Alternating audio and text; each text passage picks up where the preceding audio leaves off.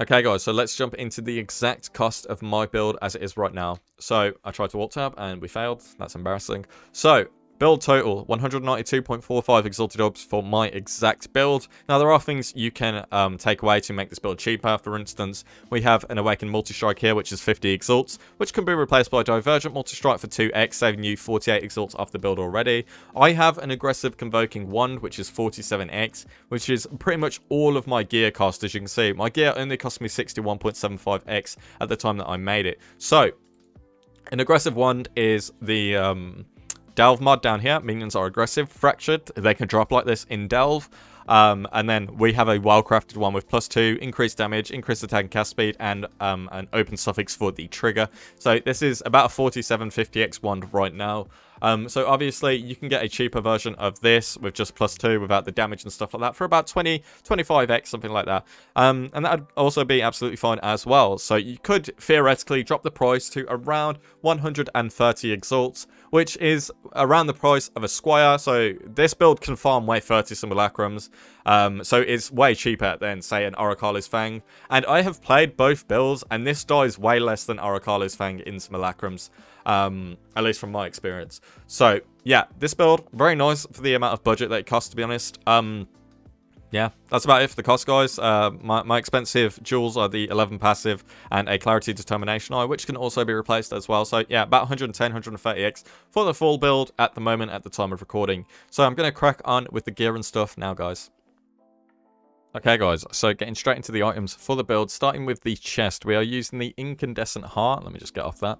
Incandescent Heart, which basically is used for the 25% of elemental damage from hits taken as chaos damage. So yeah, this effectively just instantly nullifies 25% of the LE damage from any hit that you can take. Since we are chaos immune, we do not take chaos damage, so yeah, it's just free real estate. So you can get this with +1 gems, and it's about 4 or 5x at the moment. It'll probably go up. But yeah, it's a really good armor. It's a hybrid armor, energy shield, and armor based. So it goes really well with our next unique, which is the Aegis Aurora. So what this does is it replenishes the energy shield by 2% of armor when you block. Also gives you +5 to max cold res, chance to block, and all LE res. So it's really nice. If you can get it with this implicit, where fizz damage from hits gets taken as chaos damage, it also adds another layer of tankiness to it. Since, you know, again, same thing with the chest. We are CI, so we just basically negate 6% of fizz damage for absolutely free. So yeah, this shield is probably one of the best in the league for 3.16, to be honest, because it's so easy to hit this 75 block on pretty much most characters now. Before, this was kind of restricted to the Herald of Purity Guardian in like 3.14, 3.15, and I really wanted to make this work with zombies in the past, so I'm glad that I finally managed to actually do it this league. So yeah, as you can see, we have 46,901 armor. That is without any flasks at all. With flasks up, it's about 90,000, and then these will be permanently up if you're in a simulacrum anyway, and you just have the reused at the end of this flex effect. So you just basically permanently have about 90,000 armor. So you replenish about 1,800 ES every time you block, which is going to be a lot. So yeah, it makes you very, very tanky. So moving on from the shield now onto the boots. Syntrek, and the reason I've gone for Syntrek is because they're very cheap and they are very easy to get this Krangle mod on, which is the +1 to maximum number of raised zombies. Syntrek also gives you good energy shield. Mine aren't particularly well rolled at 123, and they are giving me 156 ES. They give you 30 move speed, and enemies cannot leech on you, as well as a bit of dex and int. So they are very, very cost effective. These cost me about 15 chaos. Yeah. You're not going to get a crafted pair of boots that would beat these with that Krangle on. It's just so unlikely. So get yourself a pair of Syntreks. Very nice for the build. Yeah, that's about it for those. Moving on to the final uniques, which are the Vivinsects. Now, Vivinsects increase the reservation of your two auras that you've got in here, so they will cost a bit more. However, they do give +5 to level of socketed aura gems. So when you put that on determination, well, I currently have, as you can see here, a level 27 determination, which gives me tons and tons of armor, as well as a level 27 discipline, which gives me tons of energy shield. So these are very, very strong. They also give all attributes, which you'll probably need for the Syntrek to actually equip them. And you can also get +1 minimum endurance charges, or just flat resist on them if you want. It doesn't matter too much, since we are going to be permanently at 90% fizz reduction anyway. But yeah, these will boost you up a bit, and endurance charges obviously give Elires as well, 4% to all. So yeah, you can get with pretty much what you want on, but these are just the ones I chose in particular. So that's pretty much it for the uniques now. Jumping onto the crafted items, we have a Convoking Wand, which is, you know, the most expensive item for the build so far. Minions are aggressive, Fractured Mud, which you get from the Delve, as I said earlier. You don't necessarily need it. You can go with one without the aggressive, and it'll cost you a bit less, but the AI for zombies is very, very poor, so this will probably help you quality of life wise. But yeah, you need the +2 as per usual. It's just a standard minion wand after that, with the attack speed, the damage, and the trigger a socketed spell when you use a skill. So yeah, pretty standard stuff for a summoner that uses a shield at least. Moving on, gloves. Just a synthesized pair with minions deal increased damage. Mine only have 10%. Try and pick up a ES shield base, like I have the sorcerer gloves over here, and then just roll them with Deafening Essence of Fear, which will give you the minions deal increased damage 28 to 30% as well, and then just spam those until you get rolls that you're happy with. It won't take you too long, to be honest. I was just rolling for a little bit higher ES on these. You might need res, just whatever you need, guys, whatever you need. But yeah, these gloves are about 50C for the base right now. Very cheap, very easy to get. Helmet. is a Bone Helmet with Ray Zombies deal 40% increased damage. Bone Helmet obviously being the best base. Try and get an 86 so you could potentially roll the +3 minion gems on it, but it doesn't matter too much. All we really want is the increased mana reservation efficiency of skills, which is down there, and you get that from spamming the Essence of Loathing. Just spam it until you're happy with what you have. You just want to try and get an open prefix at least for +1 maximum number of raised zombies, which is obviously a huge DPS boost for the build as well. Moving on, we have an Amulet. Another fractured mod here from Delve, which is +1/2 maximum number of raised zombies. Very, very cheap. That's the only reason I'm using this right now. They are about 10C for the base, and then you just spam them with Deafening Essence of Woe, and the Essence of Woe will give you this 18 to 90% increased max ES, and you just spam it until you get, you know, flat ES like I have right there, +40. That's only tier 3. You could also use Harvest and Reforged Defense more common, but I just really couldn't be bothered to use TFT to try and keep buying Defense more commons, so I just went that route. But yeah, that's absolutely fine. Just, again, whatever stats you need after that until you're happy with it, and it shouldn't cost you too much, about an X maybe to roll a really good one. Finally, last item on the agenda is the Crystal Belt, which is a Crusader influence, as you can see, for this increased max ES. Effectively just giving you tons and tons of energy shield for the build and tanking you up. Very easy to make as well. Just, again, defense more common in Harvest, then you'll get this eventually. This belt cost me about 4 exalts to make. And then, yeah, whatever stats you need after that, if you want to, like, keep prefix, and then, I mean, Reforge prefixes can't be changed, and then like Reforge lightning resistance or whatever you want, lightning more common, stuff like that. Yeah, it's up to you. You can swap this out for a Mage Blood. You will lose a lot of energy shield. If you take a look, I have 5.7 now with this belt. Take the belt off, 4.9. So nearly 800 ES from the belt. So just bear that in mind if you're going to swap it out. Finally, Flasks. We are using a Ruby, Sapphire, and Topaz Flask, as well as a Basalt Flask for the more armor. Very important flask. Try and roll this with the tier 1 increased armor during effect, and then roll them all with the, what are they called? The Instilling Orbs over here. Roll them all with the Instilling Orbs for this reused at the end of this flask effect. And then when you're basically, as soon as you're in a Simulacrum, this will just permanently be on. You'll never run out of the charges, pretty much, because your zombies will just slaughter everything. So yeah. Last one I have is a Bottled Faith. Now, you don't need a Bottled Faith. You can replace this for a Granite Flask of any kind. For the more armor, you can replace it with, you know, a Move Speed Flask if you really want. I just have this in because I was killing bosses. So, yeah, just more DPS for killing bosses, basically. Yeah, that's just about it for the equipable items, guys. I will catch you in a sec with the skill tree. Okay guys, so when it comes to the skill tree, I would highly recommend swapping to this around level 91. I wouldn't try and do this exact build pre-level 90, simply because there's way too many nodes you need in order to make the build work. So just level up as, say, a life-based summoner, any type that you like, just to level up with. And then swap to this once you're around level 90. So as you can see, the tree, it has a lot of traveling. We go all the way to the left and all the way to the right. It's kind of got a very similar vibe to Aura Stackers would back in 3.15. It's because just the sheer amount of auras that we're going to be running for the build, we need to take Charisma down here in these two nodes. We need to take this wheel. We need to take this mana reservation efficiency, as well as the sovereignty up here. So yeah, a lot of traveling on this tree. In order to make the max block work for this build, you're going to need to take these two nodes here, which is Mystic Bulwark, and this wheel down here, which is Sanctuary. You'll have to take all 4 here and just these 2. And then when you pair this with Glancing Blows and a level 21, just regular Tempest Shield, you will be able to achieve max block, such as, you know, I have right here, 35-75. So Glancing Blows doubles the attack and spell damage block chance, but you take 65% of damage from hits. This doesn't really matter, to be honest, because we're effectively just taking 35% less damage. And then every time we block, even though we're taking damage, the Aegis Aurora is just instantly going to negate it all and overheal it, because this heals about 2000 ES per block when we've got our Flasks up. So it's pretty intense, to be honest.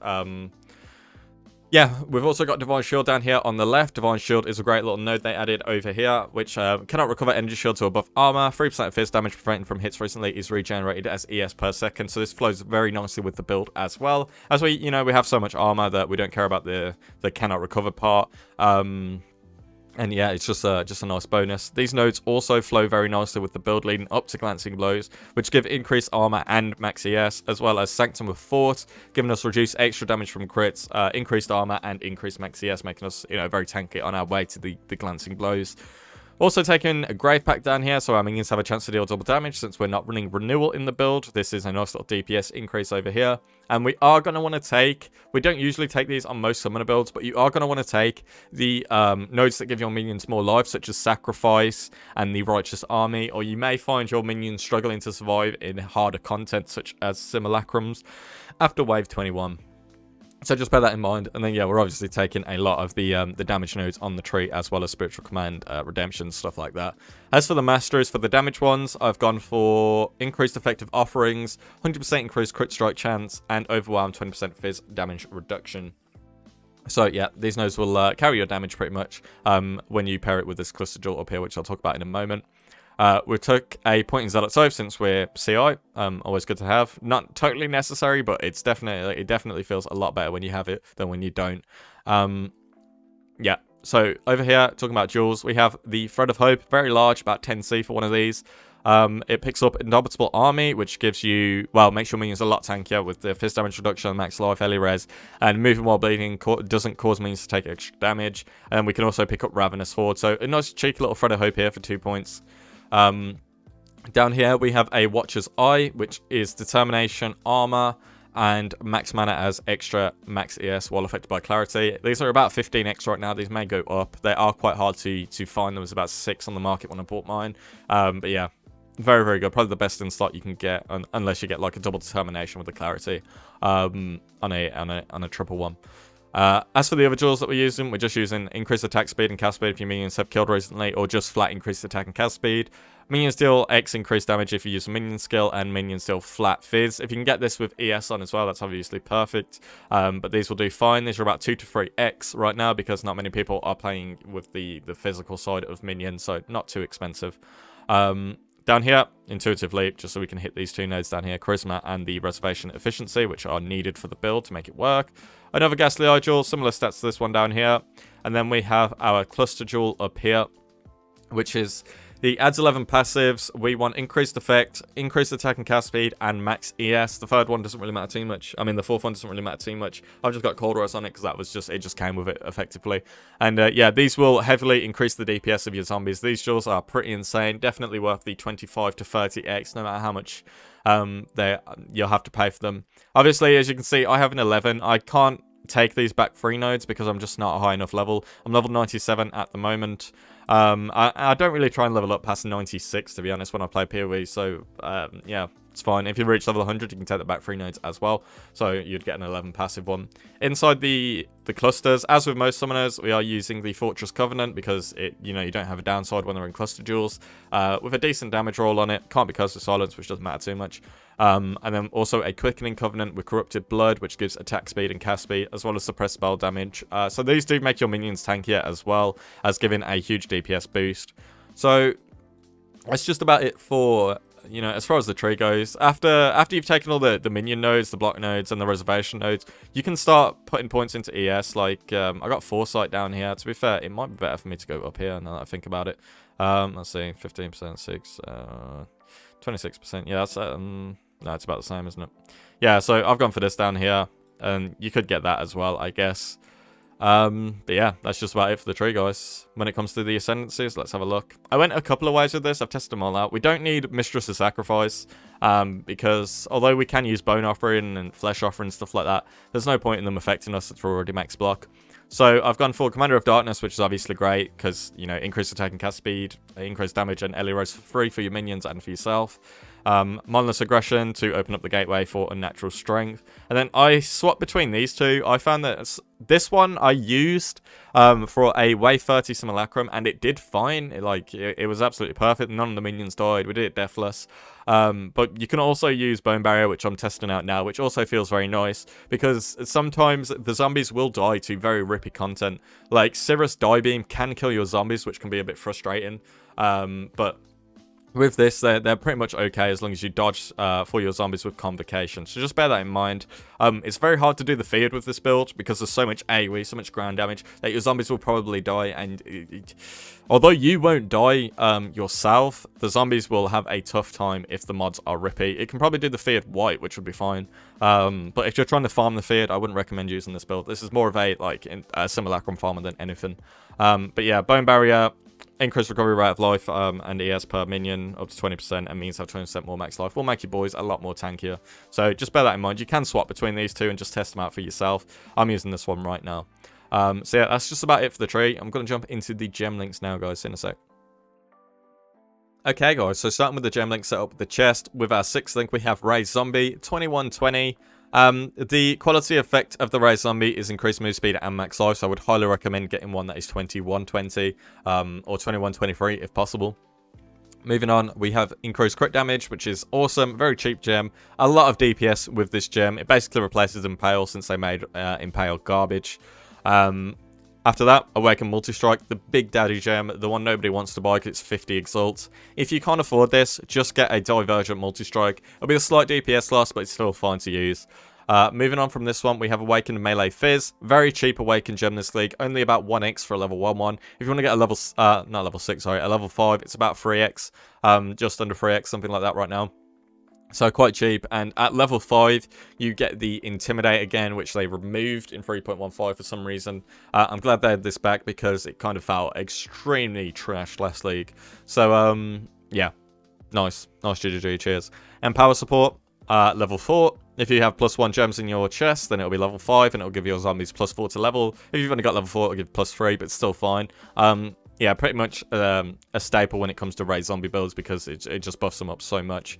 And then finally, Awaken Brutality, level 5, giving you 10% to Crush. Crush isn't very good, to be honest, for this build. Yeah, you won't really notice it. But Awaken Brutality in itself is very, very strong, and it's about 3x for an Awaken Brutality. So, not too expensive on the Awaken gems this league, which isn't too bad, except for the Multi-Strike. Moving on, we'll start with our Aura set up right now. So we have 3 in our boots as well as our Enlighten 4. So the thing with Enlighten 4 is maybe you can get away with an Enlighten 3 if I just put this over here real quick. So I have 98 mana with Enlighten 4. If I take it out, I can still run all of the auras. The only problem is that I cannot proc these skills in my wand because I just don't have the mana to trigger them.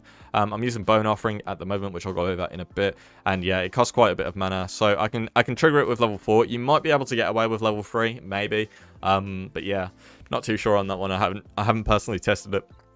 So, paired with the Enlightened 4, we are currently rolling with Divergent Pride, which Divergent gives nearby enemies have -2 to Fizz damage reduction. This is really good, and this is only 20C right now. It's not very popular at all this league because most melee Fizz builds are garbage this league, to be honest. Like, Cyclone's dead, you know what I mean? Pretty much. Tempest Shield. Level 20 is all you need if you have the +1 wand, and that'll be enough for spell block. You don't need Divergent, which is expensive as hell.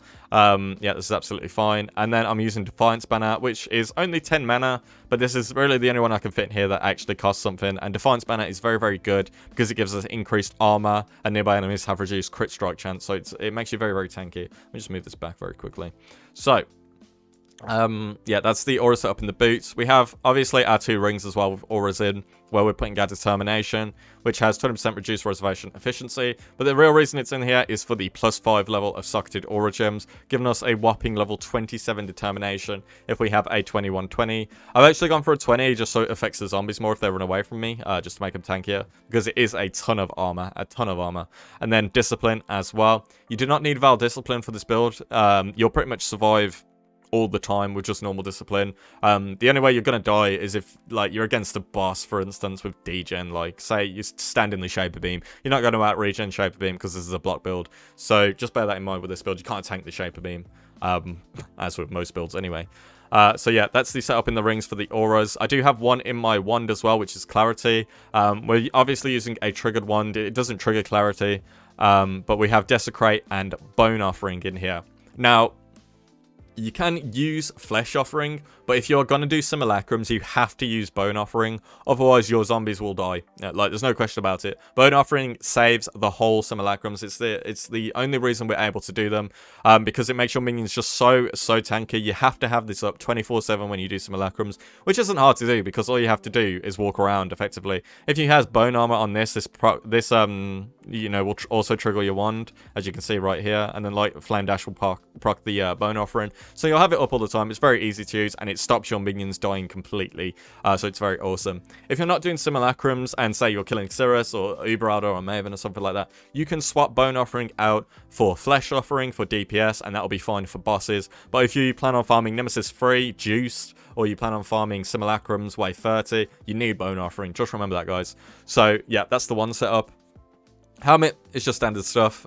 We've got Meat Shield support, which will make them defensive. I'm pretty sure it overrides that minions are aggressive. At least it feels like it does. I'm not too sure, to be honest. Animate Guardian, Rise Spectre, and Live Tap. Just pretty standard setup. This is if you have +3 minion gems as well. Will obviously boost the levels up and make them a lot tankier. I'm not using Diversion Animate Guardian. I'm just using the standard one because this is one that I made on pretty much like week 1 of League Start. And he hasn't died. He's cool. Yeah, he's cool. He's rocking. I'll tell you his items later.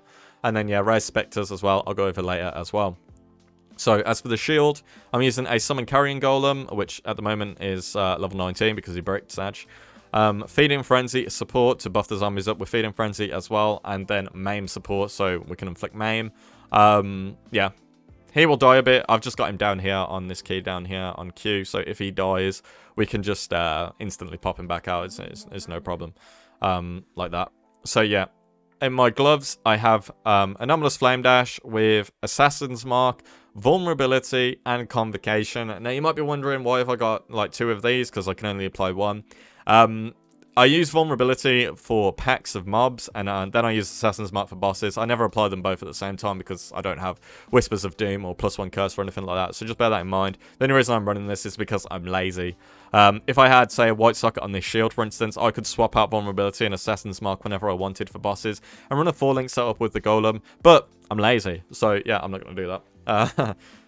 Yeah, that's just about it for the gem link setup in the whole build. If I missed anything out, feel free to let me know, and I'll reply to you in the comments, or you can hit me up on Discord as well. That's absolutely fine. And I'm gonna get into the Animate Guardian gear in a sec, as well as the Spectres. So just give me a moment, guys.